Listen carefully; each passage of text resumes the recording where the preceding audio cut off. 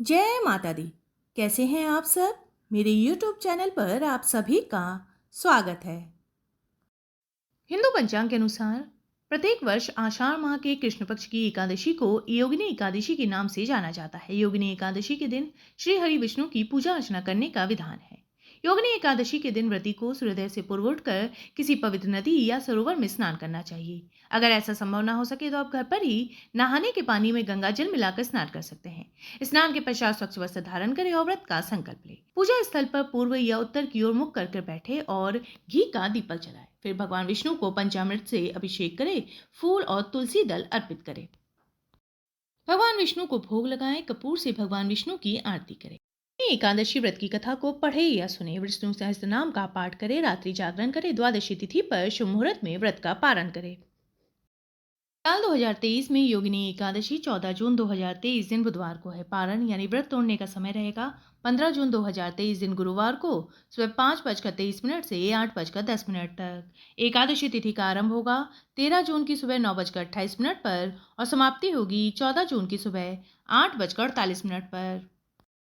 योगिनी एकादशी की व्रत कथा के अनुसार स्वर्गधाम की अलकापुरी नामक नगरी में कुबेर नाम का राजा रहता था। वो शिव भक्त था और प्रतिदिन भगवान शिव की पूजा किया करता था। हेम नाम का एक माली पूजा के लिए राजा के यहाँ फूल लाया करता था।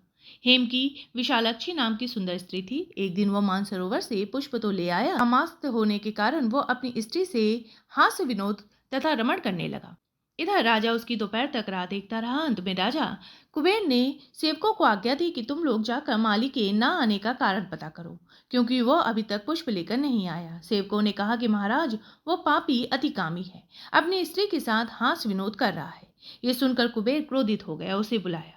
हेम माली उपस्थित हुआ। राजा कुबेर ने क्रोध में आकर कहा, तूने मेरे परम पूजनीय ईश्वरों के ईश्वर श्री शिवजी महाराज का अनादर किया है, इसलिए मैं तुझे श्राप देता हूँ कि तू स्त्री का वियोग सहेगा और मृत्यु लोक में जाकर कोढ़ी होगा। कुबेर के श्राप से हेममाली का स्वर्ग से पतन हो गया और वह उसी क्षण पृथ्वी पर गिर गया। भूतल पे आते ही उसके शरीर में श्वेत कोढ़ हो गया। उसकी स्त्री भी उसी समय अंतर्धान हो गई। मृत्यु लोक में आकर माली के ऊपर दुखों का पहाड़ टूट गया। जंगल में बिना अन्न और जल के भटकता रहा।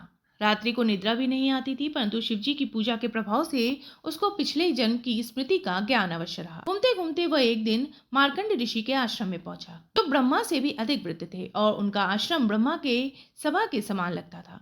हेममाली वहां जाकर उनके पैरों में पड़ गया। उसे देखकर मार्कंड ऋषि बोले, तुमने ऐसा कौन सा पाप किया है जिसके प्रभाव से ये हाल हो गई?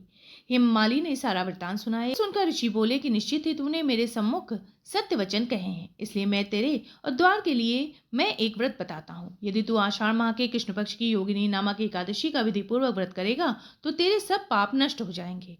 यह सुनकर हेममाली ने अत्यंत प्रसन्न होकर मुनि को साष्टांग प्रणाम किया। मुनि ने उसे स्नेह के साथ उठाया। हेममाली ने मुनि के कथानुसार विधि पूर्वक योगिनी एकादशी का व्रत किया। इस व्रत के प्रभाव से अपने पुराने स्वरूप में आकर वो अपनी स्त्री के साथ सुखपूर्वक रहने लगा।